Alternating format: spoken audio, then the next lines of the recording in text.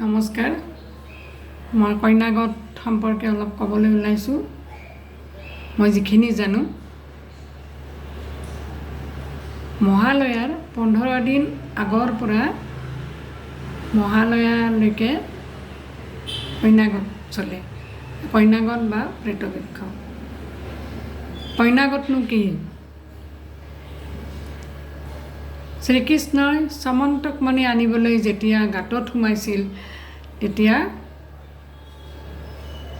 ভিতৰত শ্ৰীকৃষ্ণ, গাঁতৰ ভিতৰত শ্ৰীকৃষ্ণ আছে আৰু বাহিৰত দ্বাৰকাবাসীয়ে অপেক্ষা কৰি আছিল কেতিয়ানো শ্ৰীকৃষ্ণ গাঁতৰ পৰা ওলাই আহে। এদিন দুদিনকৈ কেইবাদিনো পাৰ হ'ল, ওলাই নোহাত কি কৰিলে, দ্বাৰকাবাসীয়ে গাঁতটোৰ চাৰিওফালে খোৱা খাদ্য আহাৰ কিছুমান থৈ দিলে, যাতে কৃষ্ণই ওলাই আহি খাব পাৰে বা ভিতৰত কৃষ্ণই লৈ গৈ খাব পাৰে। এই চিন্তা কৰিয়ে গাঁতৰ মুখত কিছুমান খোৱা খাদ্য থৈছিল। এইদৰে 15 দিন গ'ল। কৃষ্ণ যেতিয়া সামন্তক মণি উদ্ধাৰ কৰি বাহিৰলৈ ওলাই আহিল, তেতিয়া দ্বাৰকাবাসীয়ে সুধিলে, প্ৰভু, আমি আপোনাৰ কাৰণে গাঁতত খোৱা খাদ্য থৈছিলোঁ, কিন্তু পিছদিনাখন গৈ দেখোঁ যে সেই খাদ্যখিনি নাইকিয়া হৈ আছে। সেই খাদ্যখিনি কি হৈছিল? আপুনি খাইছিল জানো? তেতিয়া কৃষ্ণই ক'লে যে নাই, মই খোৱা নাই। তেতিয়া দ্বাৰকাবাসীয়ে পুনৰ প্ৰশ্ন কৰিলে, তেতিয়াহ'লে সেই খোৱা খাদ্যখিনি ক'লৈ গ'ল?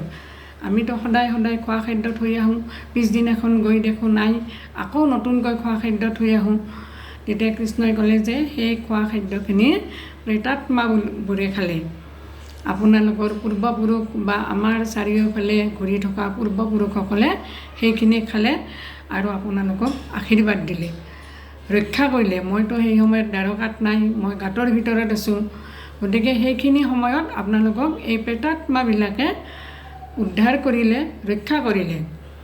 আৰু সেই তেতিয়াৰ পৰা যিবিলাকে বিশ্বাস কৰে, বিশ্বাসে মিলয় হৰি তৰ্কে বহুদূৰ, যিবিলাকে বিশ্বাস কৰে তেওঁলোকে প্ৰেতাত্মা অৰ্থাৎ পূৰ্বপুৰুষৰ প্ৰেতাত্মাবিলাকৰ কাৰণে শ্ৰাদ্ধ কৰে। আৰু এই শ্ৰাদ্ধটোক কোৱা হয় পাৰ্বণ শ্ৰাদ্ধ। অৰ্থাৎ মহালয়াৰ পৰা 15 দিন আগৰ এইখিনি সময়ত প্ৰেতপক্ষ বা কইনাগত বুলি কোৱা হয়। কইনাগত মানে হ'ল কানাই গাঁতত, অৰ্থাৎ কানাই গাঁতত থকা এই সময়খিনিক কইনাগত বুলি কোৱা হয়। আৰু এই কইনাগতৰ সময়খিনিতে আমাৰ যিবিলাকে বিশ্বাস কৰে, পিতৃ মাতৃ বা উপৰিপুৰুষৰ শ্ৰাদ্ধ কৰি অৰ্পণ তৰ্পণ দান দক্ষিণা আদি কৰি প্ৰেতাত্মাবিলাকক বা পূৰ্বপুৰুষসকলক সন্তুষ্ট কৰিবলৈ যত্ন কৰে। এইখিনিয়ে হৈছে মই জনাত কইনাগত। মোৰ কিবা ভুল হ'ব পাৰে, আপোনালোকে আঙুলিয়াই দিব।